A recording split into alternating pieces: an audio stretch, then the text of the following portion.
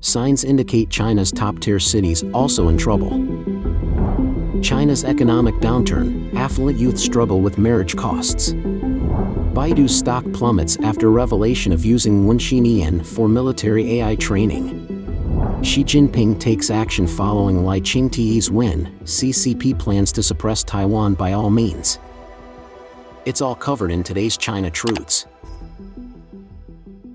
Signs indicate China's top-tier cities also in trouble.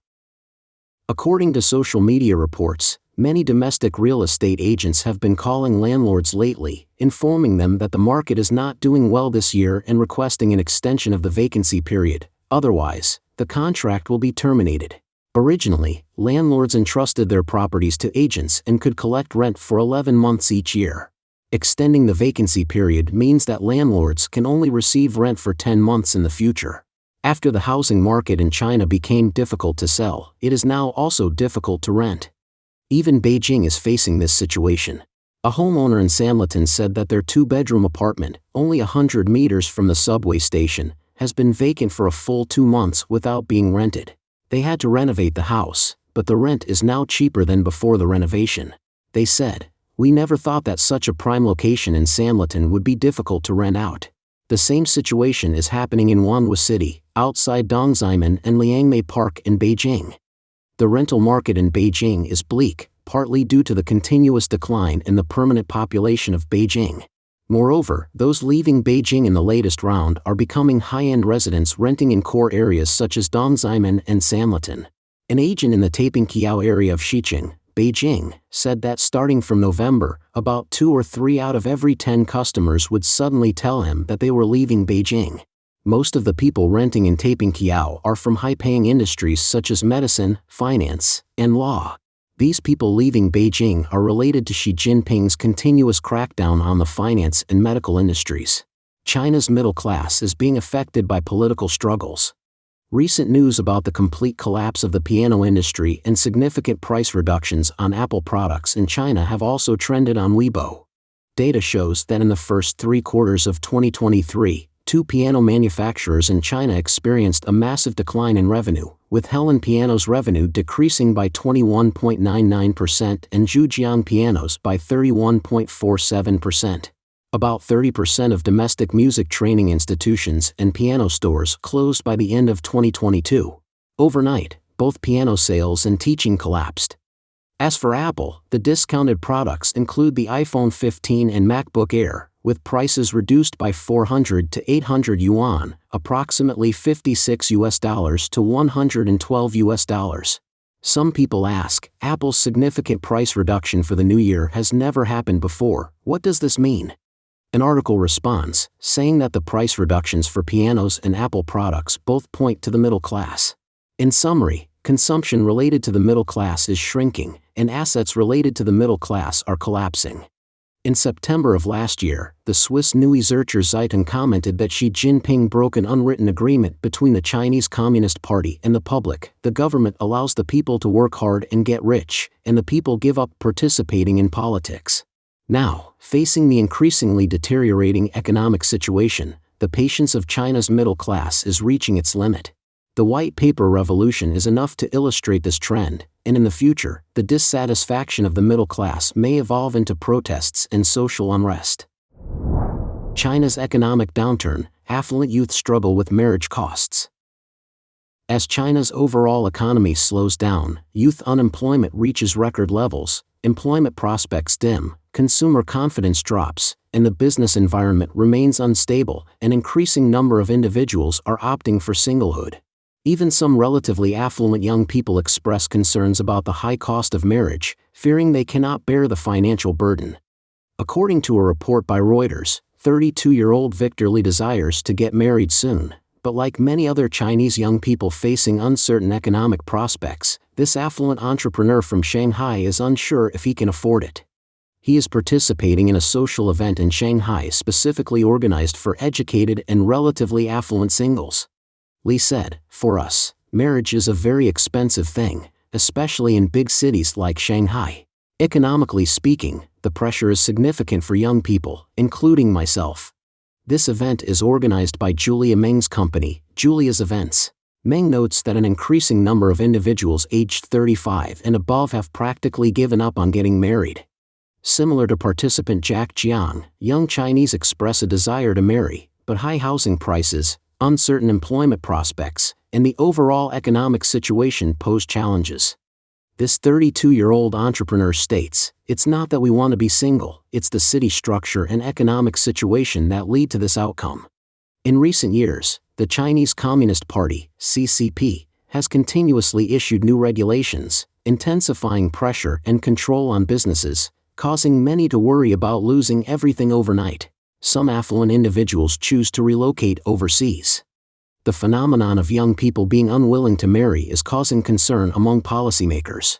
Available data shows that the number of marriage registrations in China reached a historic low in 2022. China is already facing issues of declining birth rates and a rapidly aging population, and marriage rates are closely related to birth rates.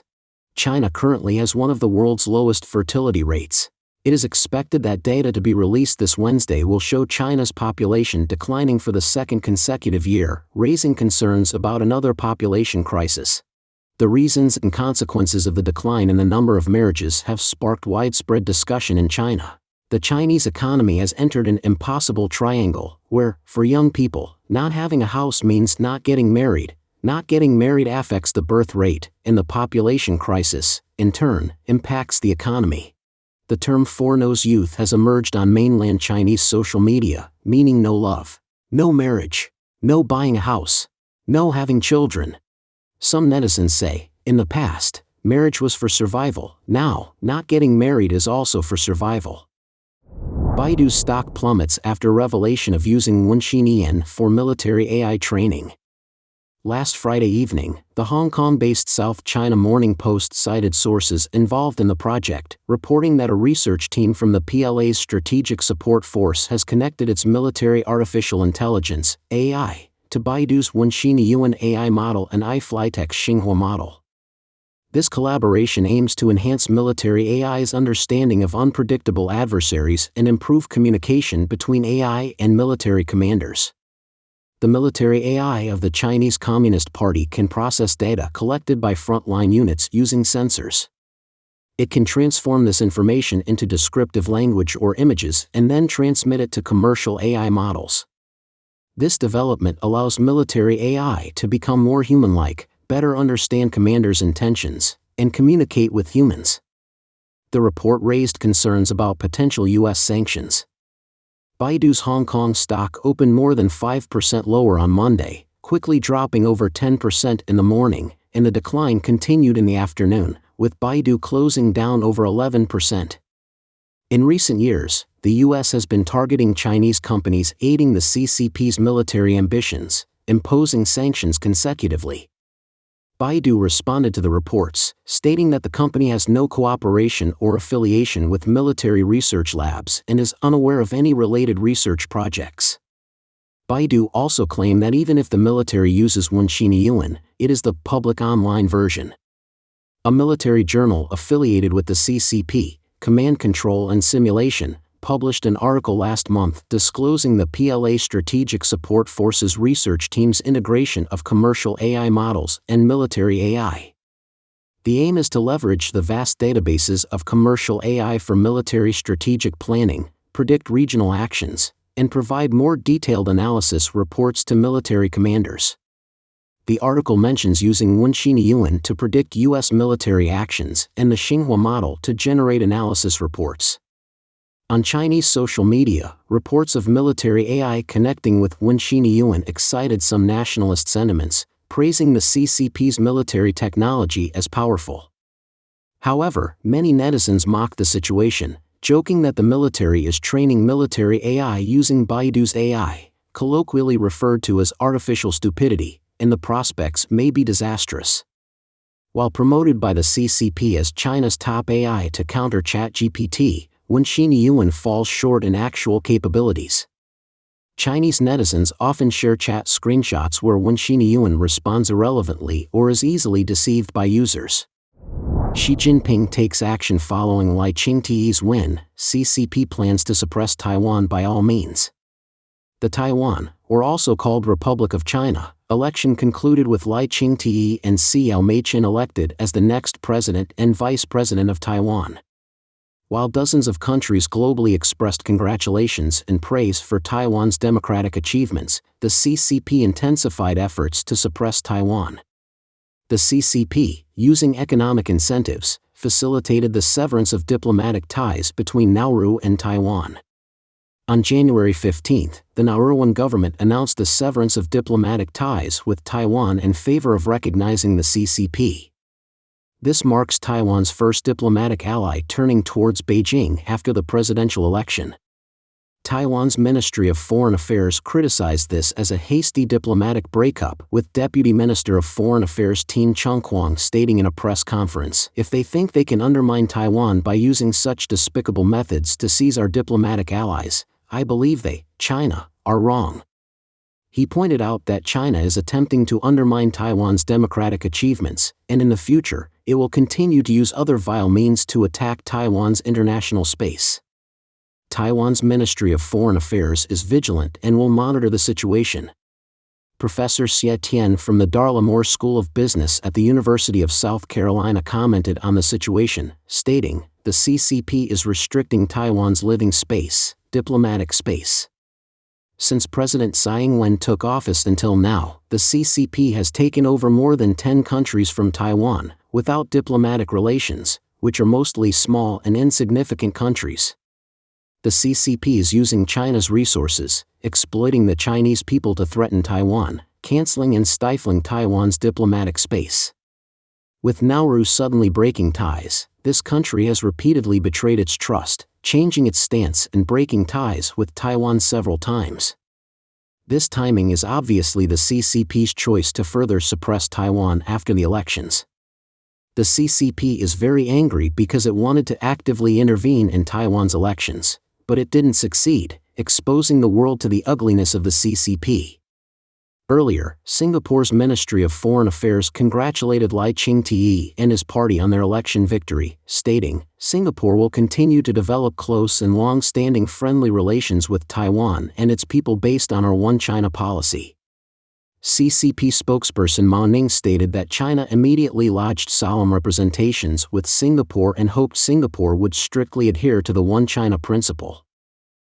A bipartisan delegation, composed of former U.S. National Security Advisor Stephen J. Hadley and former Deputy Secretary of State James B. Steinberg, accompanied by Laura Rosenberger, chairperson of the American Institute in Taiwan, AIT, visited Taiwan from January 14 to 16. Taiwan's newly elected President Lai Ching-te expressed hope for continued U.S. support, deepened cooperation in various fields, and reassured that his government would uphold peace and stability in the Taiwan Strait. On January 16, the second issue of Seeking Truth, an important magazine, published an article by CCP leader Xi Jinping titled "Comprehensively, Accurately, and Thoroughly Implement the Important Thought on Doing Well in the United Front Work in the New Era." The article called for the implementation of the party's overall strategy for solving the Taiwan issue, developing and strengthening patriotic forces for reunification in Taiwan, opposing Taiwan independence, and promoting complete reunification with the motherland. Commentator Lan Shu stated, "Undoubtedly, the CCP will not abandon the military reunification of Taiwan, especially facing various economic issues in China's current environment. To continue its rule, the CCP, in the coming years, will intensify its infiltration of Taiwan. It will conduct larger-scale and deeper-level united front work against Taiwanese society through various channels connected to Hong Kong, Macau, and Taiwan. The CCP aims to use all means to suppress Taiwan's living space, and in the future, it will still seek to forcibly unify Taiwan. In the years ahead, the U.S. government will continue to send various official delegations to Taiwan, undoubtedly, because only in this way can the United States and the entire free world demonstrate their determination to defend Taiwan's security.